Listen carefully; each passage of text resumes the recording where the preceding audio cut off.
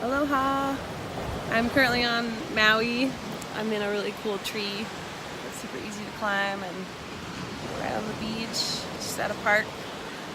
I just wanted to come on and make a quick video of some of my thoughts about the introduction section of Women Who Run with the Wolves. I'm not able to be there in person for this book group, so we're going to try and do like a virtual book group. And my idea is I came up with a few prompts that I will answer, and then I'll post them on the event, and then you guys can each kind of come up with your own responses to those prompts and just tell us a little bit about how the introduction made you feel and what came up for you. You can also post a video if you'd like, if you want to practice being witnessed and being on video. It's a little nerve-wracking and weird, but I'm practicing. So here I am. I'll start with the first prompt, which is just an overall, like, I would love to hear how the introduction made you feel. Was it easy for you to read? Was it sort of, did it go over your head? Did it feel too much? Did it feel overwhelming? Or did some emotions come up?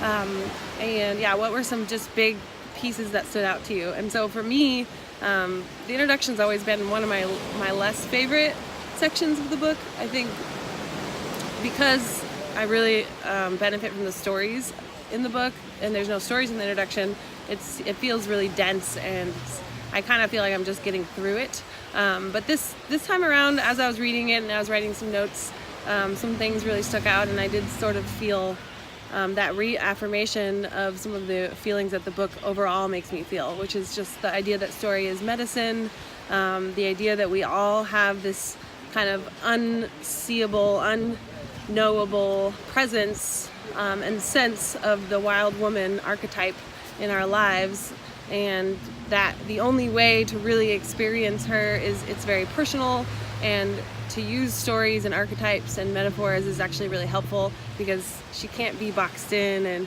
she can't really be described with words. And so I really got that from reading the intro this time around. I've been rereading it over my trip. So yeah, some of the things that really stuck out to me, I kind of wrote a few notes. I love that she talked about the similarities between wolves, healthy wolves and healthy women. And you know, it's funny because I have domesticated dogs, which are technically wolves, so I think a lot about the relationship between me as like a somewhat feral or domesticated human and my dogs, which, you know, have all sorts of neuroses from being kind of disconnected from their instincts, but they're definitely in a lot of ways more connected to their instincts than I feel like I am as a human. So that was really cool to read about wolves and women both having keen sensing, a playful spirit, a heightened capacity for devotion, relational by nature, inquiring, endurance and strength, deeply intuitive, that's a really big one, brave, and constantly adaptive. So those are things that a healthy wolf and a healthy woman might have in common. Then it went on to talk about, yeah, that we all know this feeling, they called it the taste of the wild, this feeling of the wild woman, and when we feel her in our lives. And some of the times that the book talked about that you might feel the taste of the wild woman would be, for example, when you're pregnant. I've never been pregnant. When you're nursing or raising a child, I've never done those things either. But I imagine that would be a really, like, a feeling of really, like, yeah, closeness to the wild nature. In a lover relationship, I feel like I've definitely felt the wild woman in those relationships. Tending to a garden, watching a sunset, that's a really big one for me. I just feel such a daily reminder that we're on this beautiful planet.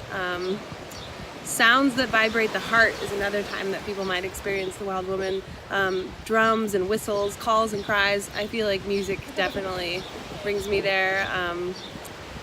Words and poetry, for sure. Like, sometimes it feels like I'm just a channel for words, and so that feels mystical and otherworldly. And so in some ways that is my experience of the wild woman. Something that she left out from that section when she was talking about the taste of the wild was movement and dancing. I think she talked a little bit about it, but I would say for me that would be where I have almost most experienced the wild woman. That and just connection to nature in general. So not just sunsets, but being in the ocean, being, in deep nature, where I feel, actually a lot of times being in water, I think really helps me feel part of it. Like I feel like I'm really like communicating with the elements. So that was my second prompt for you guys, is where have you experienced the wild woman? And it's on page 5, where she kind of goes through a bunch of examples. So if any of those just like pinged you or felt like extra strong, like, oh, maybe like the drum is really where you feel the wild woman, or maybe the time you tended a garden. So just looking through on page 5, and I would love to know where you guys have felt the wild woman. And then she goes on to talk about how if we name it, and the words wild and woman are just both so important, and kind of go cross-cultural. Like no matter who you are, you know what those two words mean in an instinctual level. So that was really powerful.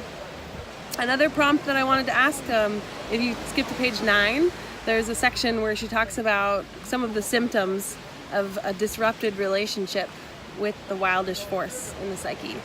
There's a huge list on page 9, and she goes through. It's, do you feel dry? Do you feel fatigued, frail, depressed, confused, powerless, gagged, muzzled, unaroused, frightened, weak, doubtful, shame-bearing? That's a big one.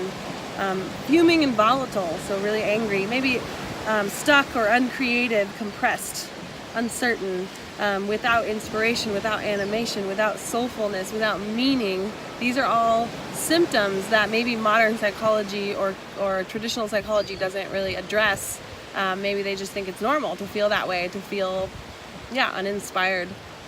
And so my third prompt for you guys is, which of these symptoms have you experienced? Like which of these, as you were reading them, really struck a chord for you? And, for me, I definitely lean towards, I was actually thinking of it in terms of fight, flight, or freeze, and I definitely lean toward freeze. So for me, it's like the uncreative, the stuck, the kind of like weak or, depressed maybe.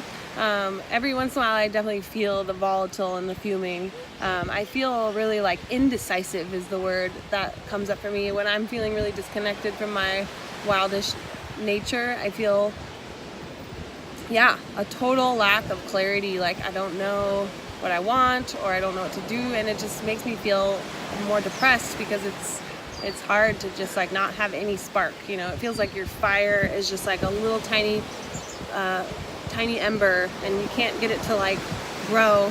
And that's something that I've felt a lot. So I was wondering if you guys have felt any symptoms of a disruptive relationship with your wildish nature. I'm sure we all have, and so I'd love to hear which of those really resonated with you. Then she goes into, and I wish she went into more depth because now I'm like, I want to hire her. She goes into how she goes through sessions one-on-one. She uses Dreamtime material and stories. She uses craft making. That was like a really big one, just making things with your hands. Maybe you're a sculptor, or maybe you, like she said, you could even tie a ribbon. And either way, I wrote down this quote: art is important. So creating things with your hands, right? Art is important for it commemorates the seasons of the soul, or a special or tragic event in the soul's journey. Wow, that really spoke to me. That was really cool.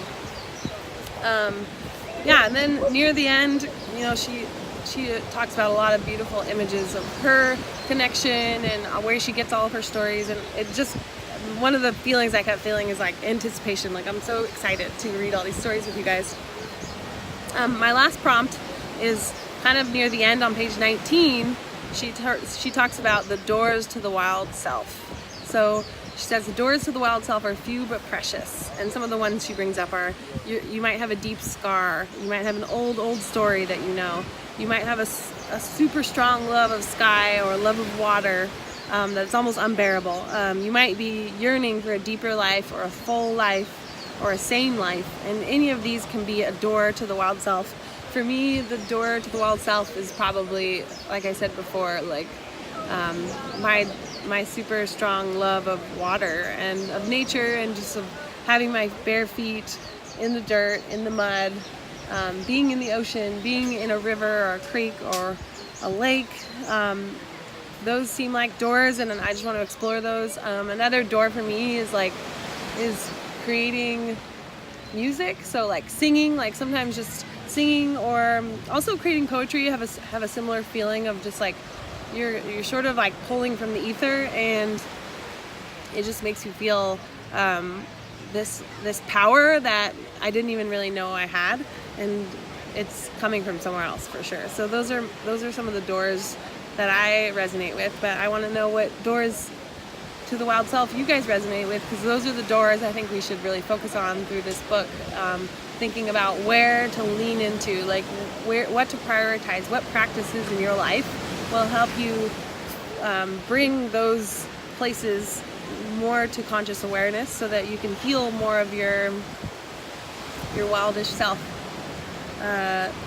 Yeah, please respond. You can either respond on this video. I'm probably going to just write out the prompts on the event page, so you can just type up just little things that came to mind. I've never done this book group online thing, so I hope this works out, and thank you for watching this super long 11-minute video. I hope I was clear and this all made sense. I'm gonna hopefully post this while I have service, because we're running off to go into the jungle today. So I love all of you. Thank you for being here, and yeah, I hope I see you guys when I get back.